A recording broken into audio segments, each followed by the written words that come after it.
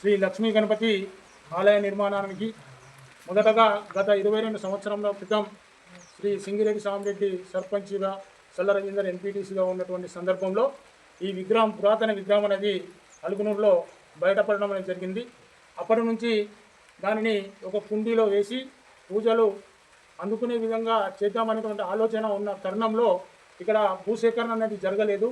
భూమి అనేది పట్టాలని నుట్లా ఎవరు ఇవ్వలేదు. మళ్ళీ మొన్న మేమే మా యొక్క ఆలయ ట్రస్ట్ టీం అంతా కూడా ఈ యొక్క భూదాతల నుంచి భూమిని సేకరించి ఒక 8 గుంటల భూమిని ఒక 30 ఫీట్ల దారిగా తీసి చుట్టూగా హద్దులు పాతడం జరిగింది.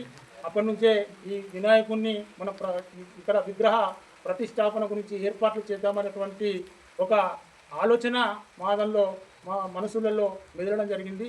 మరి అలాంటి మంచి బలాన్ని ఆ గణపతి మా ఆలోచనకు తోడుగా అయ్యి మరి ఈ కార్యక్రమాన్ని మేము తొందరగా ముందు వెనక ఆలోచించకుండా మొదలు పెట్టడం జరిగింది. తొందరగానే ప్రారంభోత్సవం భూమి పూజ జరిపినాం. మేము అనుకున్న విధంగానే శ్రావణ మాసంలో కడప ప్రోగ్రాం పెడదామనుకున్నాం. దాతల సహకారంతో వారు ఇచ్చినటువంటి విరాళాలతోటి కడప కార్యక్రమం కూడా దిగ్విజయంగా పూర్తి చేసుకున్నాం.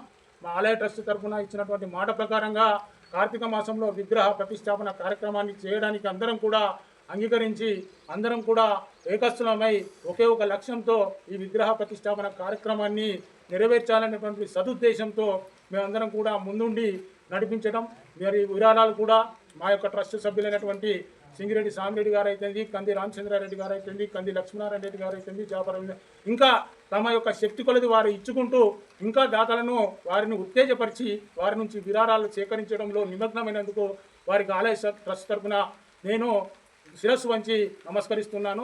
ఇప్పటి వరకు దాదాపుగా 30 లక్షల పైచిలుకు రూపాయలు ఈ యొక్క ఆలయ ట్రస్టుకు సమకూర్చడం జరిగింది.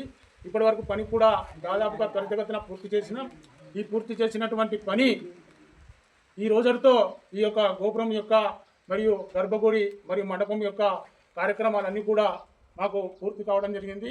మరి ఆ శ్రామికులు తమిళనాడు నుంచి వచ్చి వారి యొక్క శక్తి మించి పనులు మనకు చేసి మనకు అతి త్వరలోనే మా యొక్క కోరిక మేరకు 100 రోజులలోనే పని పూర్తి చేసి ఆలయం యొక్క నిర్మాణాన్ని పూర్తి చేసినందుకు ఆలయ ట్రస్ట్ తరఫున ఆ శ్రామిక కార్మికులందరికీ కూడా నేను శిరస్సు వంచి నమస్కరిస్తూ ఉన్నాం. వారికి మా ఆలయ ట్రస్ట్ తరఫున కూడా ప్రత్యేక అభినందనలు తెలియజేస్తూ ఈరోజు వారికి సన్మాన కార్యక్రమాన్ని చేస్తూ ఉన్నాం. దీనిలో ట్రాన్స్పరెంట్గా మేము ఎలాంటి పక్షపాతం లేకుండా నీతి నిజాయితీలతో ₹1 కూడా పైసా వేస్ట్ కాకుండా ఈ యొక్క గుడికి నిర్మాణానికే ఖర్చులకు ఉపయోగిస్తున్నాం. అవసరమైతే మా జేబుల నుంచి కూడా డబ్బులు పెట్టుకునే విధంగా కృషి చేస్తూ ఉన్నాం. కాబట్టి ప్రతి ఒక్కరు కూడా ఇంకా చాలా పని ఉంది. మరి ఈ విరాళాల రూపంలో మా టీం ప్రకారంగా ఇంకా కొంతమంది కూడా సహకరించి ఇంకా చాలా పనులు ఉన్నాయి.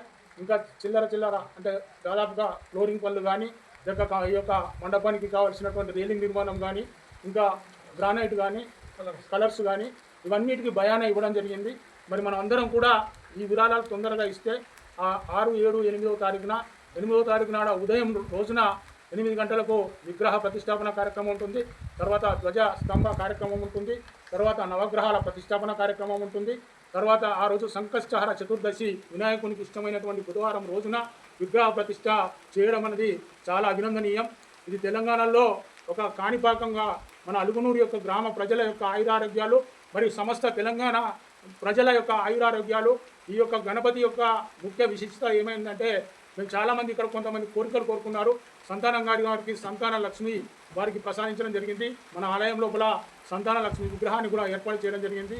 ఎలాంటి బాధలు రుగ్మతలు ఉన్నా ఒక దీపాన్ని వెలిగిస్తే వారి యొక్క సకల బాధలు పోతాయనేటువంటి నమ్మకాన్ని కూడా కలిగించి ఈ చేసినటువంటి ఈ లక్ష్మీ గణపతి ఆలయ విశిష్టత ఇంకా కరీంనగర్ జిల్లా కాకుండా తెలంగాణ ప్రజల మొత్తం కూడా దీన్ని విస్తరించే విధంగా మేమంతా కూడా కృషి చేస్తామని మా వంతు సహాయ సహకారాలతో పాటు మీ యొక్క ప్రజల సహకారాలు భక్తుల సహకారాలు కూడా మాకు కావాలి.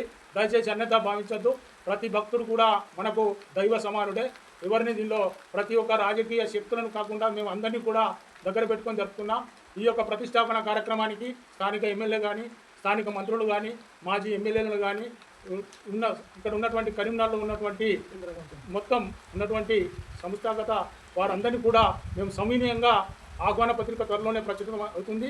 మా ఆలయ ట్రస్ట్ తరఫున ప్రతి ఒక్కరిని ఆహ్వానించి ఈ ఆలయ ప్రతిష్ఠా కార్యక్రమానికి మేము ఆహ్వానించి ఈ ఆలయ ప్రతిష్టా కార్యక్రమాన్ని దిగ్విజయంగా పూర్తి చేసి ప్రజలకు ఈ యొక్క దేవుని యొక్క పూజలు అందే విధంగా కృషి చేస్తామనేటువంటి విషయాన్ని మా ఆలయ ట్రస్ట్ తరఫున మీ యొక్క పత్రికా విలేకరు ముఖ్యంగా మా యొక్క ఆలోచన విధానం చెప్తున్నా.